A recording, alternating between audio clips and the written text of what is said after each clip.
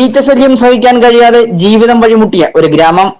ഈച്ചശല്യം കാരണം ചരിത്രത്തിൽ ആദ്യമായിട്ടായിരിക്കും ഒരു തദ്ദേശ സ്വയംഭരണ സ്ഥാപനം ഉപരോധിക്കുന്നത്.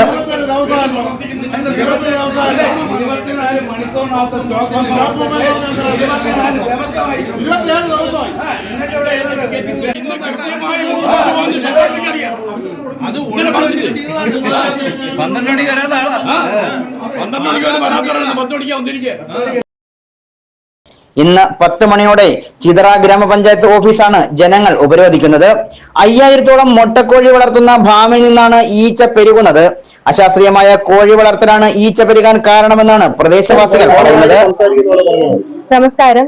കുറച്ച് മാസങ്ങൾക്ക് മുന്നേ എന്റെ വീടിന്റെ പരിസരത്തായിട്ട് ഒരു മുട്ടക്കോഴികൾ വിൽക്കുന്ന ഒരു കോഴി ഫാം തുടങ്ങിയിട്ടുണ്ടായിരുന്നു.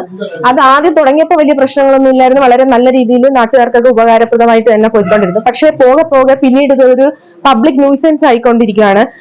അതിന്റെ പ്രധാനപ്പെട്ട കാരണം വൃത്തിഹീനമായ സാഹചര്യങ്ങളും അവര് ശരിയായ നടപടികളൊന്നും എടുക്കാതെ ഇവിടെയൊക്കെ എന്റെ പരിസരത്ത് എന്റെ വീടുകളിലൊക്കെ ഭയങ്കരമായിട്ടുള്ള ഈച്ച ശല്യമാണ്. അതും രോഗങ്ങൾ പരത്തുന്ന രീതിയിലുള്ള വലിയ വലിയ സൈസിലുള്ള ഈച്ചകളൊക്കെയാണ്. എനിക്കൊരു കുഞ്ഞുണ്ട്, ഒരു 7 മാസമായ കുഞ്ഞാണ്. എന്റെ കുഞ്ഞിന് വയറിളക്കം, ബുദ്ധിമുട്ട് അങ്ങനെ ഉണ്ട്. എന്റെ അമ്മയ്ക്ക് വയ്യ.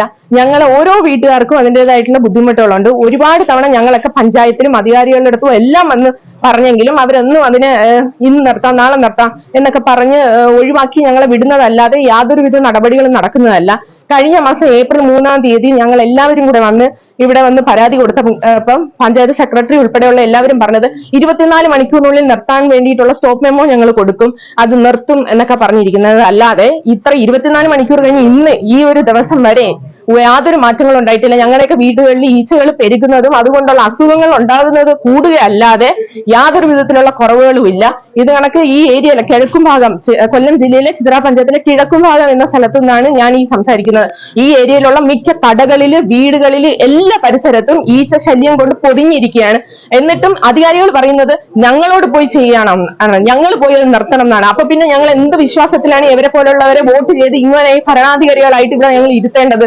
അവരിൽ നിന്ന് കിട്ടേണ്ട നീതികൾ അവര് മറ്റുള്ളവരെ എതിർഭാഗത്തുള്ള ആള് ഇതുവരെയായിട്ടും ഇത്രയും പരാതി അവരുടെ സ്ഥാപനത്തിനെതിരെ ഞങ്ങൾ കൊടുത്തിട്ടും ഒരു നിമിഷം പോലും ഈ ഒരു പഞ്ചായത്തിലോ ഞങ്ങൾക്ക് ആരുടെയും മുന്നിലേക്ക് ഇറങ്ങി വന്ന് സംസാരിച്ചിട്ടില്ല.